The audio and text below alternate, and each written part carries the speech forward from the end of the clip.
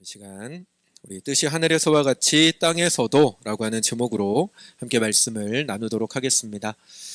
우리는 계속해서 주기도문을 함께 보고 있습니다. 주기도문을 주님께서 가르쳐 주시면서 주님 저 먼저 말씀하셨던 건 나의 필요를 위한 기도를 먼저 하기보다 하나님을 위한 기도, 하나님을 향한 기도를 먼저 해야 된다라고 가르쳐 주셨죠. 긴박할 정도로 급한 상황에서 나의 필요를 위해서, 나의 갈급함을 위해서 먼저 기도할 수 있지만, 그렇게 기도할 때 하나님 안 들어주시는 건 아니지만, 그러나 기도의 바른 순서는 하나님을 위한 기도가, 하나님을 우선하는 기도가 바른 순서다라고 말씀을 해 주셨습니다. 그래서 우리는 그 우선해야 할 것을 계속 보고 있는데요. 오늘은 그 마지막 세 번째로 하나님의 뜻이 이루어지기를 구하는 그 기도에 대해서 함께 보도록 하겠습니다. 여러분, 주님은 뜻이 하늘에서 이루어진 것 같이 땅에서도 이루어지기를 기도하라라고 말씀을 하셨습니다. 이 말씀의 뜻은요, 하나님의 뜻이 먼저 이루어지기를 기도해야 된다라고 하는 말씀입니다. 다르게 말하면 내 뜻보다 하나님의 뜻이 먼저 이루어져야 합니다라고 하는 고백이 그 속에 들어가 있다라고 하는 것이죠. 그런데 여러분, 하나님 내 뜻보다 하나님의 뜻을 먼저 기도한다? 하나님 내 뜻이 아니라 하나님의 뜻이 이루어지기를 구한다라고 하는 건 사실은 여러분 정말로 어려운 것입니다. 왜냐하면 이 말의 뜻은요, 하나님 내 뜻이 이루어지지 않아도 하나님의 뜻은 이루어져야 합니다라고 하는 뜻이기 때문입니다. 하나님 내 뜻이 하나님의 뜻과 다르면 내 뜻이 아니라 하나님의 뜻을 이루어 주십시오라고 하는 기도가 오늘 말씀하시는 이 기도이기 때문입니다. 여러분, 사람은요, 조금이라도 이득을 보기를 원하지 손해보고 싶어하는 사람은 아무도 없습니다. 물론 세상에는 정말로 이타적인 성격을 가진 사람들이 있어서 자기가 손해를 봐도 남을 위해서 양보할 줄 아는 사람들도 분명히 있기는 합니다만은, 그러나 여러분, 그런 사람들이 우리가 그런 사람들을 봤을 때 대단하다라고 칭찬하는 이유는 그런 사람들이 극히 드물기 때문이죠. 절대다수의 사람들이 다 이타적으로 살아가는 세상이라면 그와 같이 남을 위해서 뭔가 희생하는 사람을 봤을 때 그걸 특별하게 생각하지는 않을 것입니다. 그런 사람들이 거의 없으니까 그런 사람들을 칭찬하게 되는 거죠. 그와 같은 특별한 사람들을 제외하고 대부분의 사람들은 자기의 뜻이 이루어지기를 바라지 자기 뜻을 포기하고 남을 위해서 희생하지 않습니다. 이건 하나님을 향해서도 마찬가지입니다. 사람들에게 너의 뜻이 아니라, 너의 뜻이 우선이 아니라 하나님의 뜻이 우선되어야 한다라고 말을 하면 대부분의 사람들은 이상한 눈으로 바라볼 겁니다. 소위 말해서 이 종교에 가스라이팅 당한 사람들처럼 신을 위한다라고 하는 이름으로 있는 거 없는 거 다 갖다 바치는 사람처럼 바라볼 것입니다. 사람은 중요하지 않고 하나님만 중요하다라고 하는 식으로 이해할 것이고요. 신의 뜻을 빙자해서 사람들의 등쳐먹는 어떤 것으로 바라볼지도 모릅니다. 그리고 그와 같은 오해를 받을 만한 일들이 교회 역사 속에서 있어 온 것이 사실입니다. 잘못된 교회들이 신의 이름을 빙자해서, 하나님의 이름을 빙자해서 많은 사람들을 삥 뜯어 온 것이 사실입니다. 그런 목회자들이 있었던 것이 사실입니다. 그러다 보니 하나님의 뜻이 너의 뜻보다 우선되어야 한다라고 하는 이 말을 가르치기도 어렵고 받아들이기도 쉽지 않은 것이 분명한 사실입니다. 하지만 그럼에도 불구하고 주님은요, 분명 하나님의 뜻을 너의 뜻보다 우선해야 한다라고 말씀하셨습니다. 하나님의 뜻을 위해서라면 너의 뜻을 내려놓아야 한다라고 주님이 가르쳐 주셨습니다. 왜 주님 그렇게 가르쳐 주셨습니까? 여러분, 그 이유는요, 하나님은 정말로 모든 것이 합력하여 선이 되게 하시는 하나님이시기 때문입니다.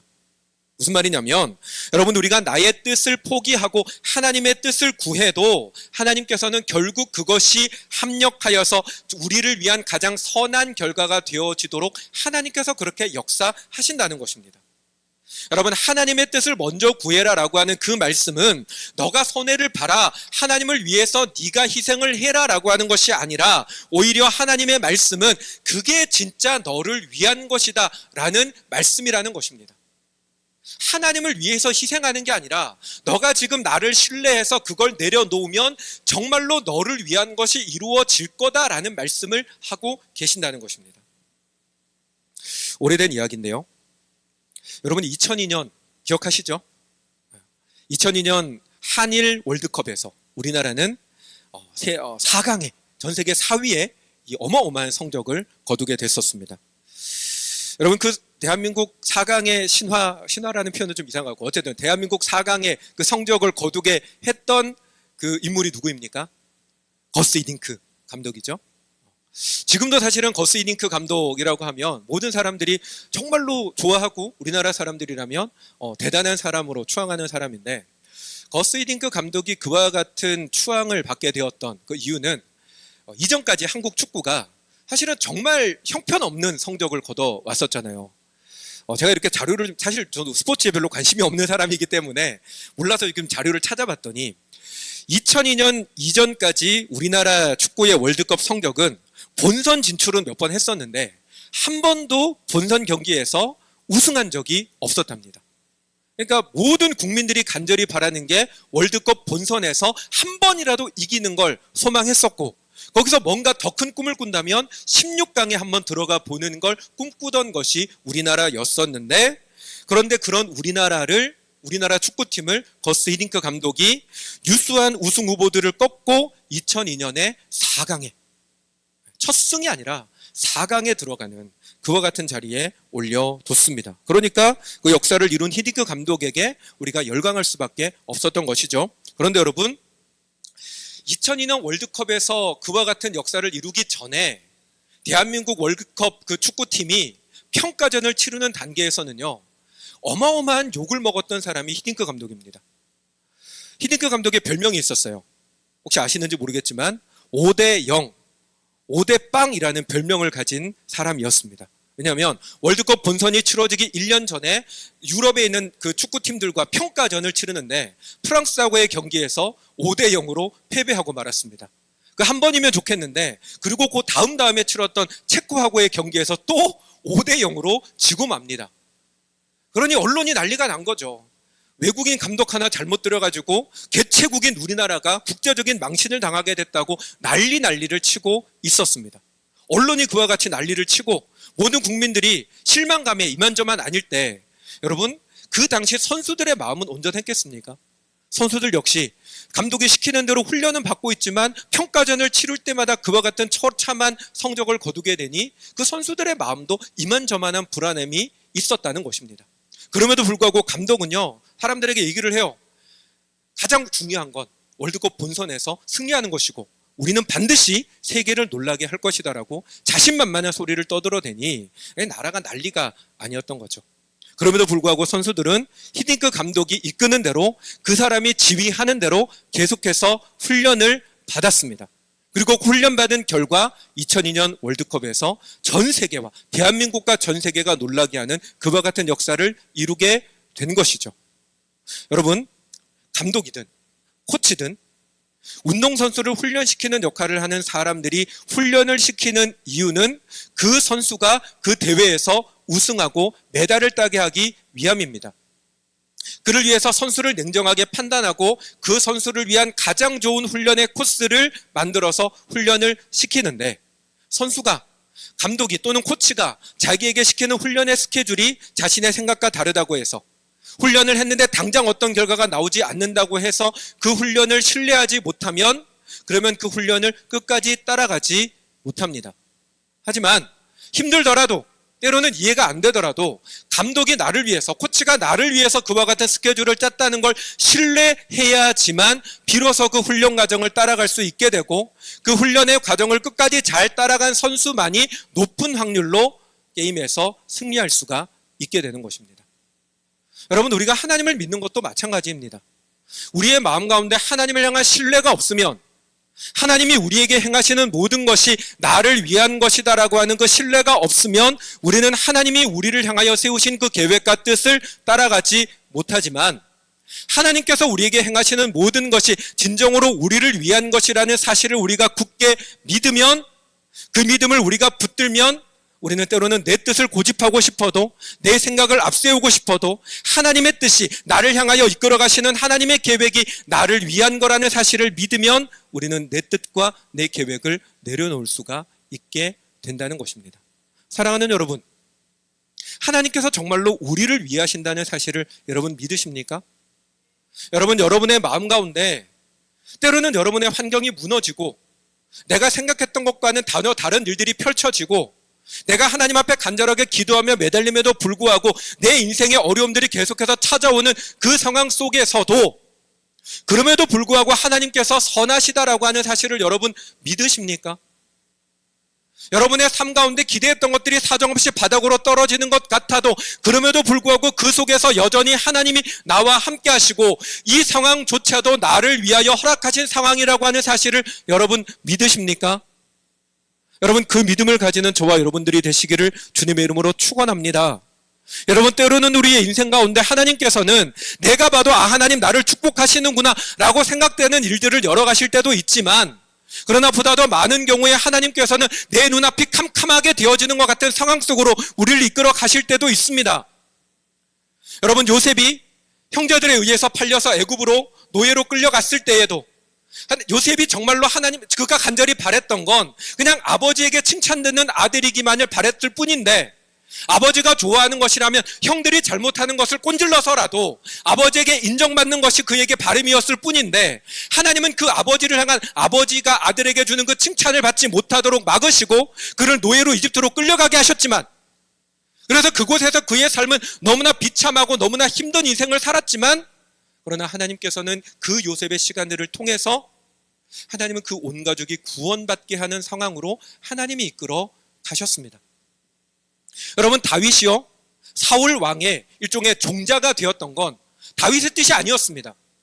다윗이 평소에 출세지향적인 사람이어서 어떻게 하면 내가 왕의 눈에 들까라고 그렇게 고민을 하다가 골리앗의 사건을 만나서 때는 이때다 그러고 본인이 계획해서 골리앗을 물리치고 다윗 사울의 종자로 들어간 게 아니었습니다. 그는 전혀 계획하지 않았지만 하나님께서 그에게를 인도하셔서 사울의 종자가 됐는데, 근데 사울 왕이 질투를 하고 죽이겠다고 하니 도망다니며 광야를 떠도는 인생이 될 때, 자기 목숨 하나 살겠다고 적군인 블레셋의 왕에게 찾아가서 미친 척하며 침을 흘리며 벽에다가 등을 기대고 긁고 있는 그와 같은 짓을 할 때 그의 마음이 얼마나 무너졌겠습니까? 그럼에도 불구하고 하나님께서는 그의 인생의 모든 아픔과 절망의 순간 속에서도 하나님께서는 다윗의 그 모든 시간을 하나님의 계획을 향한 가장 선한 계획으로 바꾸셔서 마침내 그가 이스라엘의 왕이 되어줄 수 있도록, 그 왕이 되어지는 상황 속에서 하나님께 온전히 순종하는 왕이 되어지도록 하나님께서 이끌어 가셨다라고 하는 것입니다. 사랑하는 여러분, 여러분의 마음 가운데 하나님의 선하심을 믿는 믿음이 흔들림 없이 굳건하게 세워지기를 주님의 이름으로 축원합니다. 여러분, 우리가 무엇을 기도해야 됩니까? 우리는 기도에 대해서 배우고 있는데요, 여러분, 무엇을 기도해야 합니까? 지금 여러분이 만나는 그 상황 속에서, 아픔 속에서 이 상황을 내가 좀 벗어나고 싶습니다. 하나님, 나를 괴롭게 하는 저 사람이 좀 없어졌으면 좋겠습니다. 하나님, 내가 물질적으로 너무나 힘든데 하나님, 나에게 물질을 좀 주십시오. 기도해야죠. 기도해야 될 것들입니다. 그런데 여러분, 정말로 하나님이 우리에게 원하시는 기도는 그럼에도 불구하고 내게 허락하신 이 상황조차도, 나를 힘들게 하고 절망케 만드는 이 상황조차도 하나님 나를 위하여 주신 것임을 믿는 그 믿음을 구해야 한다는 것입니다. 그 믿음을 가지고 하나님을 향한 신뢰를 놓치지 않게 해달라고 우리는 기도해야 하는 것입니다. 그리고 그 하나님을 향한 신뢰를 가지고 내가 원하는 대로가 아니라 하나님의 뜻을 구하며 나아갈 때, 그 뜻에 순종하는 사람이 되어지기를 간구할 때 하나님 반드시 우리에게 역사하실 줄로 믿습니다. 그러므로 여러분, 이 믿음을 가지는, 하나님을 향한 이 신뢰를 가지는 저와 여러분이 되시기를 주님의 이름으로 축원합니다. 그리고 여러분, 우리에게 있어야 할 이 하나님의 뜻이 하늘에서와 같이 땅에서도 이루어지기를 구하는 기도를 위해서, 이 기도를 하기 위해서 우리에게 있어야 하는 1단계가 하나님을 신뢰하는 것, 하나님이 선하신 분이라고 하는 것을 신뢰하는 것이 1단계라면, 거기서 사실은 더 나가는 단계가 우리에게 있어야 하는데요. 그게 뭐냐면 하나님을 사랑하는 자리로 우리는 나아가야 한다라는 것입니다. 여러분, 내 뜻과 내 계획과 내가 가진 소유 모두를 다 버려서라도 누군가의 뜻과 누군가의 삶을 위해서 다 버릴 수 있는 거는요, 그 사람을 사랑할 때만 가능한 것입니다. 여러분, 사랑해 보셨습니까? 사랑해 보셨습니까? 저는 사랑해봤고 지금도 하고 있습니다. 아내한테 허락받고 하는 얘기예요. 아내랑 연애 초창기에 제 아내가요, 화장을 좀 많이 하는 스타일이었어요. 타입이. 화장을 좀 진하게 하는 타입이었습니다. 왜 그랬냐면 그 당시에 그러니까 본인이 스튜어디스 학원을 좀 다닌 적이 있는데 거기서 화장하는 법을 배웠기 때문에 화장을 이제 그런 느낌으로 화장을 하고 다녔었어요. 그리고 또 목걸이나 귀걸이 같은 것도 굉장히 좋아해서 항상 저를 만날 때 이제 그걸 이렇게 막 하고 나왔었는데, 근데 저는 솔직히 그걸 잘 못 느꼈어요.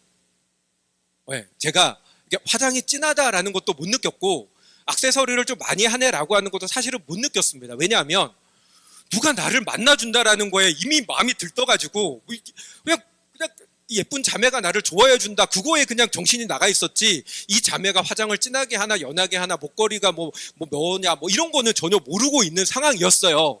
그런데 어느 날 같이 이제 가는데 옆에서 이렇게 물어보는 거예요. 저한테 뭐라고 물어보냐면 어떤 타입의 여자를 좋아하냐고, 어떤 타입의 여자를 좋아하냐라고 이제 물어보는 거죠. 지금 같으면 만약에 그렇게 물어보면 어떤 타입이 어딨어, 나는 자기가 제일 좋지, 이렇게 말을 할 거예요. 그게 정답이잖아요. 근데 그때는 제가 너무나 이 바보 같은 사람이어가지고 그렇게 물어보니까 뭐라고 말을 했냐면 나는 수수한 여자가 좋은데 라고 말을 한 거예요. 지금 생각하면 철렁합니다. 근데 그때는 정말 순수하게 나는 수수한 사람이 좋아라고 얘기를 한 거예요. 아무 말이 없었어요. 그 말을 듣고. 지금 같으면 막 두근두근 막 겁이 나야 되는데 그냥 그러고 지나갔습니다. 저는 아무것도 모르고 지나갔는데 어느 날부터 화장이 옅어지기 시작합니다. 어느 날부터 액세서리가 하나씩 단순해지더니 어느 날부터는 없어졌어요. 근데 그걸 저는 솔직히 몰랐어요. 나중에 결혼하고 저희 장모님이 알려주셨어요. 원래 내 딸이 바로 앞에 잠깐 볼일 보러 나가도 30분 이상 화장을 다 하고 나가야 되는 애인데 어느 날 데이트하러 나간다고 하는데 그렇게 화장을 많이 하지 않고 나가는 걸 보고 너무 놀랬다는 거예요. 여러분, 그렇게 제 아내가 화장하는 것을 점점 줄이고 본인이 좋아하던 액세서리도 빼고 그냥 수수하게 이렇게 해 나갈 때 힘들었을까요? 하기 싫은데, 죽기보다 싫은데도 불구하고 그냥 어쨌든 이 남자를 만나서 데이트를 해야 되니까 하기 싫은 걸 억지로 참아가면서 했을까요? 아닙니다.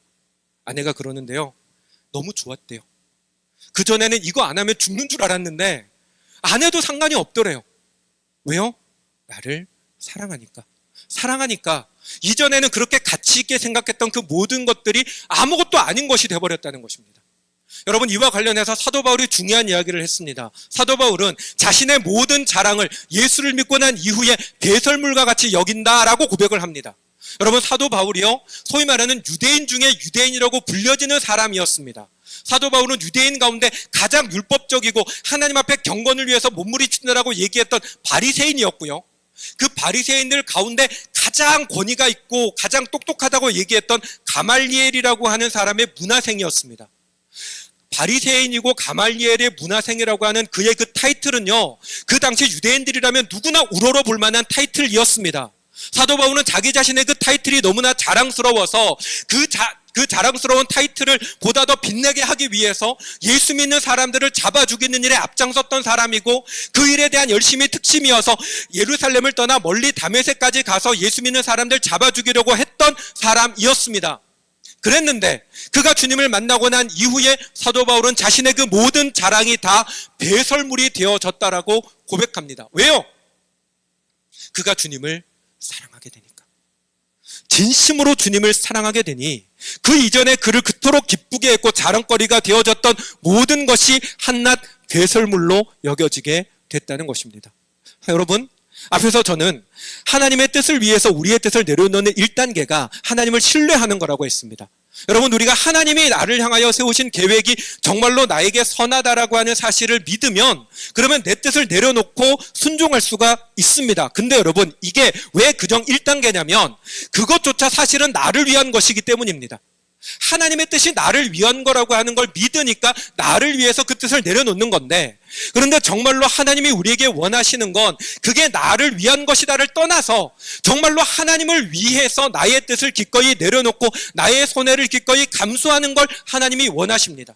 근데 그게 어떻게 가능하냐고요? 하나님을 사랑할 때 그게 우리에게 이루어진다라는 것입니다. 사랑하는 여러분, 하나님을 사랑하십니까? 여러분, 정말로 하나님을 사랑하십니까? 여러분, 우리가 그리스도인입니다. 저도 그리스도인이고 이 자리에 계신 여러분도 그리스도인이고 그리스도인이 되셔야 하는 사람들인데, 근데 여러분, 그리스도인이 된다라고 하는 게 뭔지 아십니까? 여러분, 그리스도인이 되는 길은요, 주님을 따라가는 것입니다. 근데 여러분, 주님을 따라가는 길은 어떤 길입니까? 십자가를 지고 따르는 길입니다. 그냥 주님을 따라가는 것도 쉽지 않은데 그 길을 십자가를 지고 따라가라라고 주님이 말씀하셨습니다. 우리 말씀 한 구절 띄워주시겠어요? 같이 읽겠습니다. 이에 예수께서 제자들에게 이르시되 누구든지 나를 따라오려거든 자기를 부인하고 자기 십자가를 지고 나를 따를 것이니라. 아멘. 제자가 된다는 것, 그리스도인이 된다라는 건 자기를 부인하고 자기 십자가를 지고 나를 따르는 것, 주님을 따르는 것이라고 말씀하셨어요. 그게 그리스도인이 되는 겁니다. 그런데 여러분, 그리스도인이 되고는 싶은데, 구원받고 싶으니까 그리스도인이 되기를 원하는데, 그런데 자기를 부인하고 십자가를 지고 간다라는 건 여러분 정말로 너무너무나 힘든 일이라는 것입니다. 여러분, 정말로 십자가를 지고 계십니까? 여러분, 정말로 여러분 자신을 부인하고 있습니까? 나의 이 성질 머리를 부인하고 있습니까? 내가 추구하는 나의 선호도를 포기하고 있습니까? 그게 주님을 따르는 길이라고 말씀하는데 정말로 여러분, 우리 그렇게 살고 있습니까? 아니잖아요. 해야 되는 건 아는데 못하고 있잖아요. 왜 못합니까? 주님을 향한 사랑이 아직 우리 속에 뜨겁지 않기 때문입니다. 여러분, 십자가를 지고 주님을 따르는 그 길은 진정으로 주님을 사랑하는 사람만이 이룰 수 있는 것입니다. 이걸 주님께서 우리에게 말씀해 주셨는데요. 성경 말씀, 요한복음 말씀 다시 띄워주세요. 말씀 좀 같이 보겠습니다. 요한복음 21장에 이런 말씀이 있는데요. 같이 읽겠습니다. 그들이 조반 먹은 후에 예수께서 시몬 베드로에게 이르시되 요한의 아들 시몬아, 내가 이 사람들보다 나를 더 사랑하느냐 하시니 이르되 주님 그러하나이다. 내가 주님을 사랑하는 줄 주님께서 아시나이다. 이르시되 내 어린 양을 먹이라 하시고, 다음 또 두 번째 이르시되 요한의 아들 시몬아, 내가 나를 사랑하느냐 하시니 이르되 주님 그러하나이다. 내가 주님을 사랑하는 줄 주님께서 아시나이다. 이르시되 내 양을 치라 하시고, 세 번째 이르시되 요한의 아들 시몬아, 내가 나를 사랑하느냐 하시니 주께서 세 번째 내가 나를 사랑하느냐 하심으로 베드로가 근심하여 이르되 주님 모든 것을 아시오매 내가 주님을 사랑하는 줄을 주님께서 아시나이다. 예수께서 이르시되 내 양을 먹이라. 잠깐만요. 여러분, 예수님께서 부활하신 이후에 예수님의 제자들 가운데 몇몇이 본래 하던 고기를 잡으러 갈릴리 고향으로 돌아갔습니다. 모든 것이 끝났다라고 생각하고 고향으로 돌아가서 업으로 살아가려고 하는 그들에게 부활하신 주님이 찾아가셔서 밤새 고기를 잡았는데 한 마리도 잡지 못해 낭패를 본 제자들을 위해서 아침에 아침밥 차려주시고 제자들이 와서 아침을 함께 먹습니다. 그리고 아침을 다 먹은 이후에 주님께서 베드로를 콕 집어서 물어보시는 거예요. 너 나를 사랑하냐고. 베드로가 어떤 사람이었습니까? 주님 십자가에 달리기 위해서 잡히셨을 때 제사장의 마당에서 예수님을 3번이나 부인했어요. 이 3번 부인이요, 그냥 모릅니다가 아니라 저주하며 부인했다고요. 그런 베드로를 콕 집어서 주님이 너 나 사랑하냐라고 물었을 때 베드로의 가슴이 철렁 내려앉았을 거예요. 그러니까 베드로가 감히 네 주님, 제가 주님 사랑합니다라고 말을 못해요. 내가 주님을 사랑하는 걸 주께서 아십니다 라고 하죠. 한 번 대답합니다. 철렁하는 마음으로. 근데 또 물어보세요. 근데 베드로야, 너 나 사랑하냐? 가슴이 계속 두근거립니다. 내가 주님을 사랑하는 걸 주께서 아십니다. 근데 세 번째 또 물어보세요. 내가 주님을 사랑하는 걸 주께서 아십니다 라고 대답합니다. 여러분, 왜 예수님이 3번이나 베드로에게 사랑하냐고 물어보고 3번의 답을 들었는지 아십니까? 3이라는 숫자는 유대인들에게 완전수를 상징합니다. 그러니까 3번 물어보고 3번 답했다는 건 주님이 베드로에게 원하는 건 다른 게 아니라 너가 나를 사랑하기를 원한다는 거야. 내가 정말로 너희들에게 원하는 것, 너에게 원하는 것, 베드로와 모든 제자들에게 원하는 것 다른 거 아니야. 나를 사랑하기를 원한다는 거예요. 그리고 베드로가 3번 대답합니다. 내가 주님을 사랑합니다라는 대답이잖아요. 3번을 반복합니다. 이것 또한 무엇을 의미합니까? 베드로는 진심으로 주님을 사랑한다라고 하는 걸. 비록 실수해서, 비록 두려워서, 인간이니까 죽음에 대한 두려움 때문에 부정했고 부인했지만, 그러나 베드로의 본심은 주님을 사랑했다는 것입니다. 그걸 주님이 3번의 질문과 3번의 답을 통해서 제자들에게도 보여주시고 베드로 스스로에게도 확인시키신 거예요. 너가 정말로 나를 사랑한다고. 이 사랑의 고백을 듣고 난 이후에 주님이 베드로에게 말씀하십니다. 18절 띄워주세요. 뭘 말씀하십니까? 내가 진실로 진실로 내게 이르노니 내가 젊어서는 스스로 띠뛰고 원하는 곳으로 다녔거니와 늙어서는 내 팔을 벌리리니 남이 내게 띠뛰고 원하지 아니하는 곳으로 데려가리라. 이제는 너가 고난을 당할 거야. 나를 사랑하는 너가 가는 그 길이 고난을 당하는 길이야. 어려운 길이야. 그러나 다음 이 말씀을 하시면 베드로가 어떤 죽음으로 하나님께 영광 돌릴 것을 가르치심이로라. 이 말씀을 하시고 너의 미래가, 너의 앞으로 인생이 고난이고 어려움이고 죽음이고 두려움인데, 그러니까 잘 생각해서 신중하게 결정해야 돼가 아니에요. 그러니 뭐라고 하십니까? 나를 따르라. 여러분, 주님께서 나를 따르라라고 베드로에게 말씀하셨는데, 나를 따르라는 이 말씀은 베드로와 모든 제자들에게 이미 말씀하셨던 말씀의 오버랩입니다. 주님 뭐라고 하셨다고요? 아무든지 나를 따라오려거든 자기를 부인하고 자기 십자가를 지고 나를 따를 것이니라. 주님을 따른다는 건 십자가를 지는 것인데, 너가 앞으로 만나게 될 수많은 고난과 두려움과 죽음이 너를 기다리고 있는데 그 길인데, 근데 너는 나를 따라야 돼. 따를 거야. 왜? 네가 나를 사랑하니까. 여러분, 제자로 살아간다는 건 주님을 사랑하는 것입니다. 여러분, 왜 주일에 교회 나오십니까? 예배에 나와서 뭔가 은혜 받으려고. 은혜 받아야죠. 근데 여러분, 우리가 이 예배의 자리에 나오는 이유는 주님을 너무 사랑하기 때문입니다. 하나님을 만나고 싶기 때문입니다. 이 얘기까지 안 하려고 했는데, 제가 데이트할 때, 저는 대구에서 학교를 다니고 아내는 부산에 있었는데, 틈만 나면 저희 부모님한테 비밀로 하고 학교 수업 마치면 밤에 내려와서 30분 잠깐 보고 또 그 밤에 또 기차로 다시 올라가고, 그걸 여러 번 반복했어요. 왜요? 사랑하니까. 같이 있고 싶으니까. 30분이라도. 여러분, 그 마음으로 주님께 나오십니까? 내가 너무나 사랑하는 그 주님을 만나고 싶어서 예배로 나오십니까? 여러분, 여러분이 좋아하고 아끼는 것들을 기꺼이 내려놓는 이유가 무엇입니까? 내가 이것을 투자해서 하나님께 더 큰 걸 받기 위해서입니까? 아니잖아요, 여러분. 주님을 사랑하니까, 내 것을 주님께 드리는 게 너무 기쁘니까. 여러분, 우리는 그렇게 믿음 생활을 해야 합니다. 우리는 그렇게 주님을 사랑해야 합니다.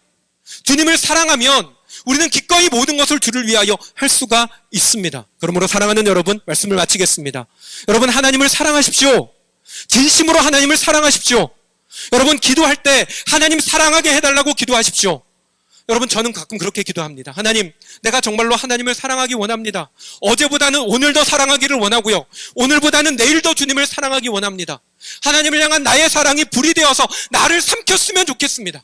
계산하고 따지는 믿음이 아니라 하나님을 향한 사랑이 내 속에 불이 되어서 정말로 주님을 사랑하는 그 마음으로 기꺼이 나를 드리는 믿음을 가지기를 원합니다. 여러분, 그렇게 기도하는 저와 여러분 되시기 바랍니다. 하나님을 사랑하는 자, 정말로 그 뜻대로 부르심을 입은 모든 자에게 하나님께서 합력하여 선을 이루게 하실 줄로 믿습니다. 하나님을 사랑하며 나아가는, 그리하여 하나님의 뜻이 하늘에서와 같이 땅에서도, 하늘에서와 같이 내 삶 속에도 이루어지는 걸 진심으로 기뻐하는 그런 믿음의 사람들이 되시기를 주님의 이름으로 축원합니다. 아멘.